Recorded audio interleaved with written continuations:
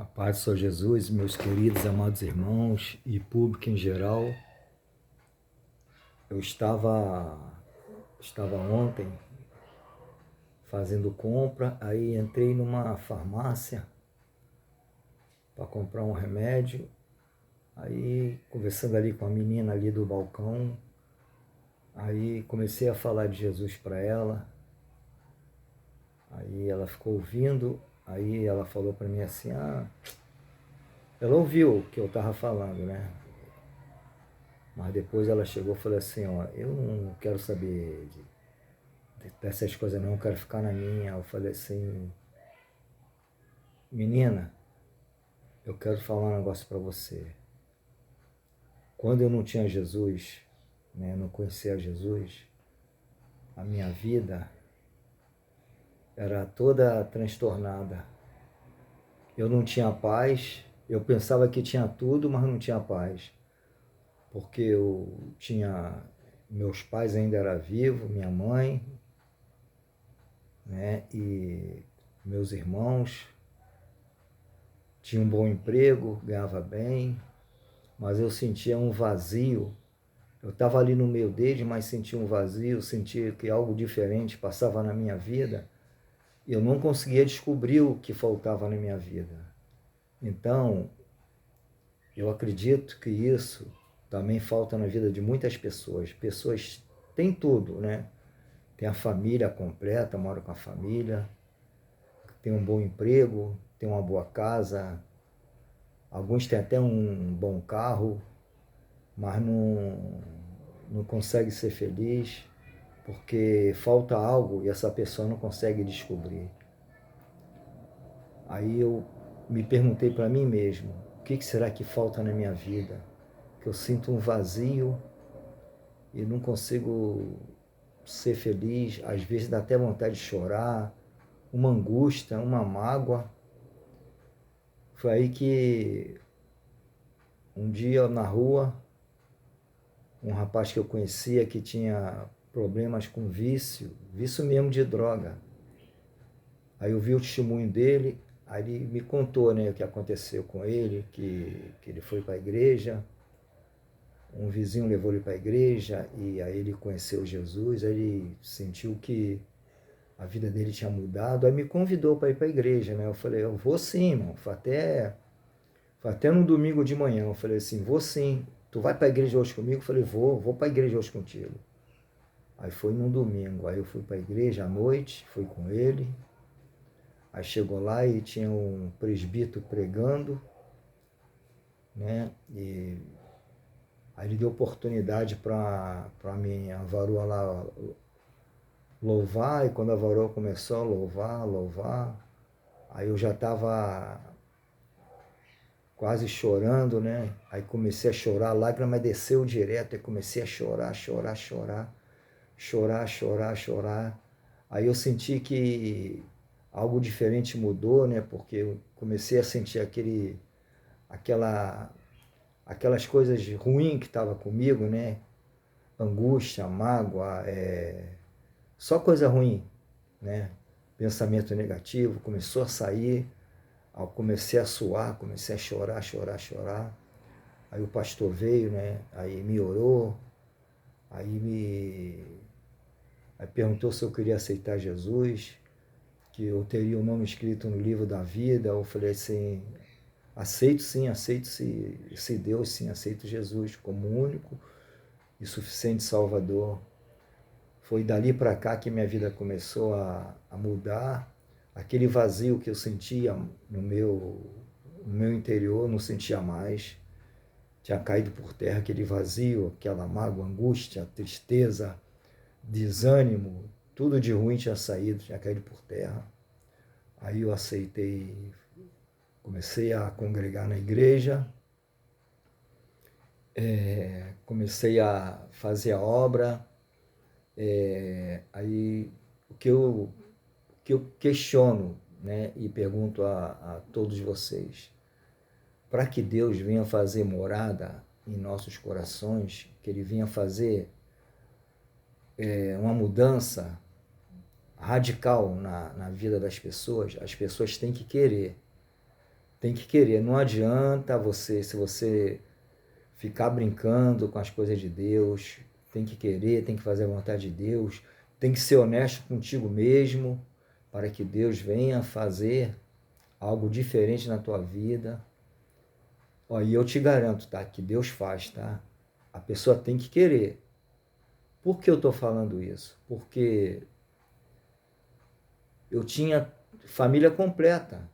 Tinha pai, tinha mãe, meus irmãos, né? O que hoje em dia eu não tenho mais, não tenho, meus pais já faleceram, minha mãe, meu pai, 2 irmãos que faleceram. Então, vem uma tristeza, mas é uma tristeza temporária, né? Não é aquela tristeza que te acompanha anos e anos. Vai vir, porque você perdeu um ente querido, né? Então você começa a ficar triste, poxa, perdi meu irmão, já tinha perdido outro irmão, tinha perdido minha mãe, tinha perdido meu pai. Por que eu estou falando isso? Para você e para mim. Porque nós, meus queridos irmãos e telespectadores, temos que estar preparados para quando vier esse dia de tristeza em nossas vidas, seja temporário, que não seja uma tristeza prolongada para a vida toda. Essa tristeza tem que ser temporária, que nós temos que entender que a morte faz parte de nossas vidas. Um dia a gente vai perder um ente querido, vai perder 2, perder 3. Infelizmente isso faz parte da vida. Mas eu te garanto uma coisa, Deus prometeu vida eterna, tá? E esse Deus, quando Ele promete, Ele garante, tá? Ele é Deus de verdade, da verdade, né? Ele é um Deus que prepara os seus, tá? E quando Ele leva para a vida eterna. Então, fica ciente de uma coisa. Se alguém na igreja, quando a menina falou, que eu senti que ela foi magoada por alguém na igreja, né? Essa menina que eu estava conversando lá dentro da farmácia. Eu falei para ela assim, se alguém te magoou, eu quero ter uma coisa para falar para você, tá? Não foi Jesus que te magoou. Não foi Deus que te magoou, foi o homem que te magoou. Infelizmente, muitos acham que é dono da igreja, tem homens que acham que é dono da igreja. Ele não é dono de nada. Ele é servo. Ele é servo, ele tem que servir. O dono é Jesus. Foi Jesus que morreu na cruz do Calvário para mim e para você e nos prometeu vida eterna. Ele nos comprou a preço de sangue. E ele é santo. Então, não fica levando isso a tua vida toda e nem para o teu coração que, não quero mais saber de igreja. Não, tu não pode pensar assim nunca. Porque Deus ele é amor, Deus ele é vida. E Deus enviou o Espírito Santo para fazer a obra, porque quem faz a obra, quem convence o homem é o Espírito Santo de Deus. Não vai ser eu,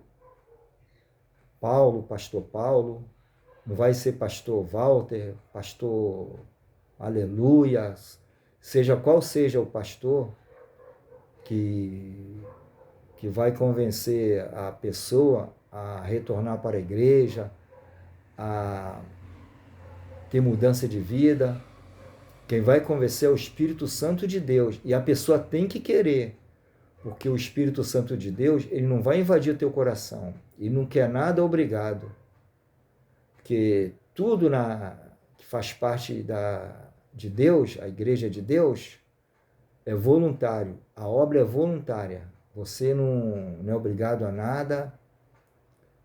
Na Bíblia, Deus, ele aconselha, né, você seguir o caminho do bem, né? Ele dá livre-arbítrio, né? Mas para você seguir o caminho do bem. E quando você aceita Jesus, você já aceitou Jesus, então você tem conhecimento da palavra, você já conhece Jesus. Eu vejo muitas pessoas que têm conhecimento da palavra de Deus se afastando dos caminhos do Senhor. Irmão, irmã, Você tem conhecimento da palavra de Deus. Você está se afastando do caminho do Senhor por causa de um ser humano igual a você, de um pecador. Se fosse Jesus que chegasse para você e falava, ó, não quero você mais na igreja não quero mais você não, vai embora. Ele nunca vai fazer isso.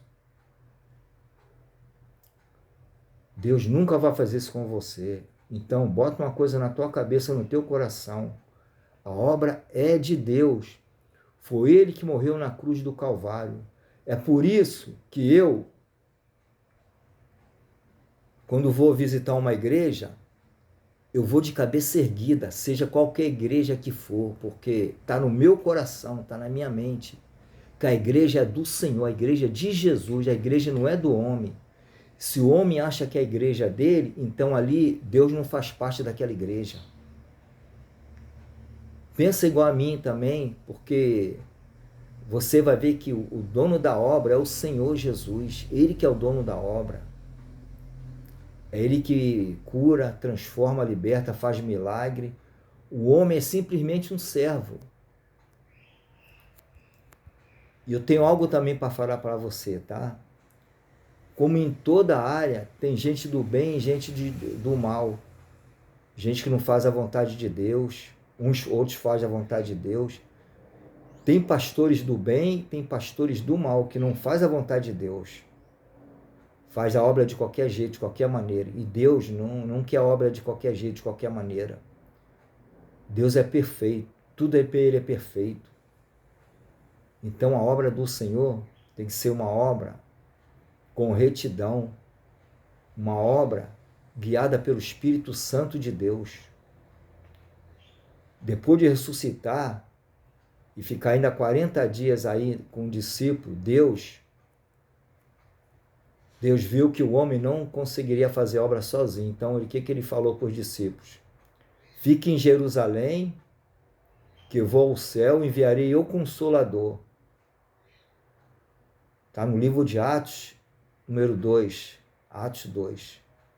Quando Deus enviou o Consolador, e teve aquela pregação de Pedro, que 3.000 almas se renderam. Amados, seja fiel na obra de Deus, faça a vontade de Deus. Eu, Paulo César, pastor Paulo César, eu sou um pecador, tenho meus defeitos também. Se eu falar que não tenho um defeito, eu sou um mentiroso. Eu sou ser humano, eu tenho um defeito. Mas eu também te garanto, eu tenho minhas qualidades também. E o nosso Deus, Ele vê as qualidades do homem, Ele não vê os defeitos do homem. Ele sabe que o homem tem defeito, mas Ele vê as qualidades do homem, Ele aperfeiçoa o homem para que o homem venha fazer a tua vontade. A vontade é do Senhor. Então, se você está afastado, começa a visitar as igrejas, começa a orar, pede direção a Deus, que Deus vai te encaixar num lugar que eu te garanto que você vai voltar a ser feliz. Não esqueça do Senhor, Ele nunca esqueceu de nós. Deus é fiel, Deus é maravilhoso.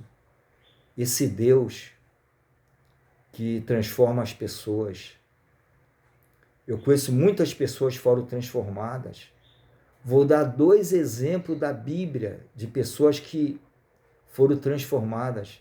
Maria Madalena, que era uma prostituta, como aquela mulher teve a vida transformada, Maria Madalena. E Saulo, que perseguia os cristãos, como ele foi transformado. Ele teve um encontro com Jesus.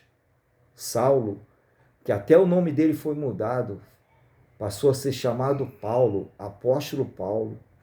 Olha essas transformações que Deus faz. Conheço muita gente no dia de hoje, pessoas que usavam drogas, eram viciados, assaltantes de banco. Hoje em dia eles têm as vidas transformadas. Por quê? Porque eles aceitaram o Senhor Jesus e são fiel na obra do Senhor.